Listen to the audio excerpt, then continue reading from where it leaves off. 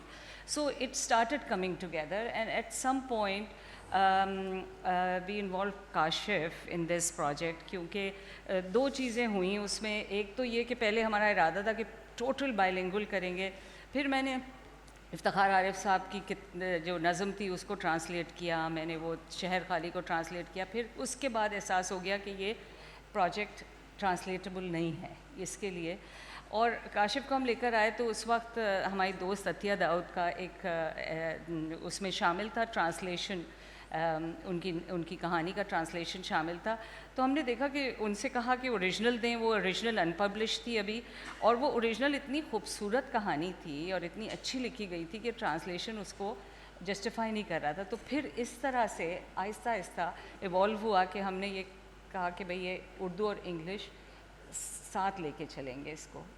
تو یہ بہت منفرد بات ہے اس کتاب کے بارے میں کہ اس میں اردو اور انگریزی دونوں ٹیکسٹ شائع ہوئے ہیں. کاشف آپ بتائیے کہ اس پورے سلسلے میں کہانیوں کو یا دوسرے ٹیکسٹ کو منتخب کرنے کا آپ کے لیے تجربہ کیسا رہا؟ اچھا, جب ہم نے یہ کام شروع کیا تھا تو تب بہت سی چیزیں لکھی ہوئی ہمارے پاس موجود تھیں. آصف فرخی صاحب کا ایک دنیا ذات کا وبا نمبر تھا جس کی تکمیل سے پہلے وہ فوت ہو گئے تھے. تو ہم نے جو ان کی انسپریشن تھی اس کو بھی آگے بڑھایا, کیونکہ وہ سارے دوستوں کو کہہ رہے تھے جن سے ان کی بات ہوتی تھی کہ یہ جو ایکسپیرینس ہے جس سے ہم گزر رہے ہیں اس کے اوپر کچھ نہ کچھ آپ لکھیں, اس کو ویسے نہ جانے دیں. تو ان کی جو انسپریشن ہے یا ان کی جو لیگیسی ہے اس کو بھی کنٹینیو لے کر ہم چلنا چاہ رہے تھے. اور بہت سی جو تحریریں موجود تھیں تو پہلے ہم نے سٹارٹ اسی سے کیا تھا کہ جو ہمارے پاس پہلے سے بہت سی چیزیں موجود تھیں, لیکن پھر ہم نے دیکھا کہ وہ یا سوچا کہ جو تحریریں پہلے سے موجود ہیں ان کے بجائے نئی تحریریں کمیشن کرائی جائیں. کچھ اور ایسے اچھے ادیب ہیں جن کے بارے میں ہمیں پتہ ہے کہ وہ جو عصری مشاہدات ہیں ان پر کافی نظر رکھتے ہیں.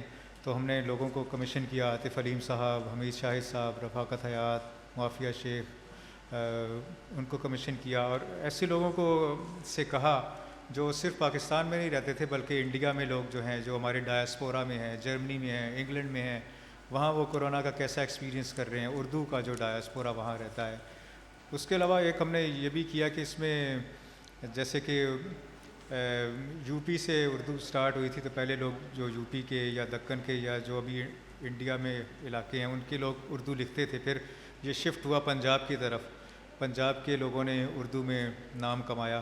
اب ایک اور نیا فنامنا آیا کہ ایسے لوگ بھی اردو میں لکھنا چاہ رہے ہیں جن کی مادری زبان بھی اردو نہیں ہے اور جن کے ملک کا تعلق بھی اردو سے نہیں ہے, جیسے فرانس کے جولیاں ہیں.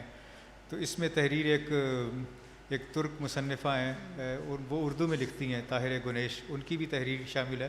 تو ایک اس طرح سے ہمیں یہ جو انتھالوجی ہے اس کی جو تحریریں ہیں وہ ہماگیر بھی ہیں اور وہ بہت سی ڈیوائڈس سے ماورا بھی ہیں, یعنی کہ بہت سے لوگ انڈیا کے, جرمنی سے, انگلینڈ سے, اسی طرح جو ایسے لوگ جو جن کی زبان بھی اردو نہیں ہے ان کا بھی ہے, تاکہ ایک ہماگیر ایکسپیرینس سامنے آ سکے. اور اس کی جو خاص بات ہے اس انتھالوجی کی وہ اس کے 8 پیسز بھی ہیں کہ جو کرونا کا ایکسپیرینس ہے وہ صرف تحریر میں نہیں آیا بلکہ کرونا کا ایکسپیرینس جو مصوروں نے کس انداز سے دیکھا, جو سوشل سائنٹسٹ ہیں انہوں نے کس انداز سے دیکھا, جو اکانومسٹ ہیں انہوں نے کس انداز میں دیکھا, جو کالمسٹ ہیں, صحافی ہیں, انہوں نے کس انداز میں دیکھا. تو اس سارا کو جمع کر کے ہم نے یہ انتھالوجی ترتیب دی ہے. تو اس کے مطالعے سے آپ ایک مفصل ایک تجربہ حاصل کر سکتے ہیں کورونا کا. ایگزسٹنگ ٹیکسٹ کے علاوہ آپ نے جب لوگوں کو کمیشن کیا تو آپ نے کیسا پایا ان تحریروں کو جو خاص طور پہ کمیشن کی گئی تھی؟ کیا اس میں کوئی الگ رنگ تھا یا آپ سمجھتے ہیں کہ یہ زیادہ ریفلیکٹیو تھیں شاید؟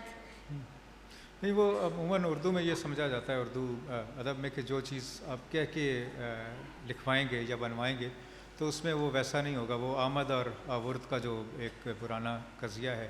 لیکن ہم یہ دیکھتے ہیں کہ مغرب میں جو کمیشن کر کے چیزیں لکھوائی جاتی ہیں تو وہ بڑی یادگار ہوتی ہیں انتھالوجیز. گرانٹا ہمارا پسندیدہ ایک میگزین ہے, تو اس میں کمیشن کر کے چیزیں لکھوائی جاتی ہیں. ہمیشہ ہر ایشو جو اس کا ہوتا ہے وہ کسی نہ کسی موضوع پر ہوتا ہے, ٹریول پر یا اور کسی فادر ہوڈ پر, کیسے اس طرح کے کئی ایشوز ہیں. تو ہم نے یہ دیکھا کہ وہ جیسے اردو شاعری میں کوئی زمین پہلے سے ہوتی ہے طے، ردیف طے ہوتی ہے، قوافی طے ہوتے ہیں، تو اس سے ایک مضمون بندھا ہوا چلا آتا ہے، تو اس میں ایک شاعر کو آسانی بھی ہوتی ہے. یہ ہمارا ہے. لیکن نثر میں ہمارا رجحان اس کے بالکل الٹ ہے کہ ہم جو چیزیں کہہ کے لکھوائی جاتی ہیں اس کی طرف کوئی ایسا رجحان نہیں ہے. لیکن ہم یہ سمجھتے ہیں کہ اب جیسا کہ ہم نے کامیاب تجربہ اس میں کیا ہے، اور آپ اس میں دیکھیں گے آپ کو پتہ نہیں چلے گا کہ کون سی تحریریں کمیشن کرائی گئی ہیں اور کون سی خود لکھی ہیں. تو اس سے اس بات کا ثبوت ملتا ہے کہ یہ تجربہ بھی ہونا چاہیے، اور خاص موضوعات پر تحریریں جمع کرنی چاہیے، ان کی انتھولوجیز بنانی چاہیے، تاکہ ایک چیز ایک خاص یا ایک کسی پہلو کا ہم ایک جگہ پر ہم احاطہ کر سکیں، اس کا تجربہ کر سکیں، اس کی تفہیم کر سکیں. اس موضوع کے علاوہ کچھ نئی چیزوں کا بھی انکشاف ہوا. آپ ہمیں جوزف مسیح کی کہانی کے بارے میں بتا رہے تھے کہ آپ نے اس کو پڑھنے کے بعد آپ نے کیا سوچا؟ ہاں، وہ جوزف مسیح کی کہانی، وہ عاطف علیم ہیں، وہ ہمارے بڑے معروف فکشن رائٹر ہیں، ناول انہوں نے لکھا ہے، شارٹ سٹوریز بھی لکھتے ہیں. تو ان کو یہ کیا گیا تھا، بلکہ اتفاق سے وہ خود اس کا شکار بھی ہوئے کہ کورونا میں جن لوگوں کی جابس ختم ہو گئی، تو وہ ایڈورٹائزنگ ایجنسی میں تھے، تو انہوں نے جابس ختم کی تو ان کی بھی ختم ہو گئی. تو وہ ایک کرب ان کے یہاں موجود تھا. لیکن یہ جو کہانی ہے جوزف مسیح کی زندگی کا ایک دن، اس میں اس کرب کا ایک اور اینگل سامنے آتا ہے کہ ایک تو ہم عمومی طور پر دنیا کو دیکھتے ہیں کہ سارے لوگ کورونا کی وجہ سے کورونا کا شکار ہیں یا گھروں میں تک محدود ہیں. لیکن یہ ایک ایسے بندے کی کہانی ہے کہ جو پاکستان میں رہتا ہے اور پہلے ہی وہ ہمارے معاشرے کے حاشیے پر رہتا ہے، یعنی جوزف مسیح جو ہے، اور ایک ایسے نہ صرف مذہبی لحاظ سے حاشیے پر رہتا ہے بلکہ سماجی لحاظ سے بھی، کیونکہ وہ سویپر ہے ایک. تو اس کی یہ کہانی ہے. تو اس میں ہمیں ہے کہ بہت سی چیزیں جن کو ہم وی ٹیک اٹ فار گرانٹیڈ. مثلا ہم نے یہ شروع کر دیا کہ امداد جو ہے وہ شروع کر دی، اور ٹیکے لگانے شروع کر دیے، وہ جو ہے اپنا ویکسین دینا شروع کر دی. لیکن ہم جو اس کی جو سوسائٹی کے اندر جو ڈیپتھ میں جو مسائل ہیں ان کے بارے میں پالیسی میکرز کو نہیں اندازہ ہوتا. اب جیسے جوزف مسیح ہے تو کام کر کر کے، محنت کر کر کے اس کے انگوٹھے کی اور انگلیوں کی جو ہوتی ہیں لکیریں وہ بھی کھس گئی تھیں. تو وہ جب ایک فارم فل کرنے جاتا ہے جس کے بعد اسے امداد ملنی ہے، تو اس کے انگوٹھے پر لکیریں ہی موجود نہیں ہیں. تو ایک اس کہانی میں ایک قسم کا جو سماجی حاشیے پہ لوگ ہیں، جو مذہبی لحاظ سے حاشیے پر لوگ ہیں، ان کا کرب بھی بیان کیا گیا ہے کہ وہ کورونا کے دنوں میں وہ مینی فولڈ ہو گیا. نائلہ، اس کتاب میں آپ نے کئی آرٹ ورکس شامل کیے ہیں. کچھ اس تجربے کے بارے میں بتائیے، اور آپ نے بھی کچھ کام کمیشن کروایا تھا آرٹسٹ سے اور کچھ اویلیبل کام لیا تھا، تو کچھ اس کے بارے میں، اس تجربے کے بارے میں بتائیے. بس یہ تھا کہ جو آرٹسٹ، جب ہم نے اس کو کھولا پاکستان سے باہر، تو ہمیں انڈیا سے بہت اچھا رسپانس ملا، بنگلہ دیش سے بہت اچھا رسپانس ملا.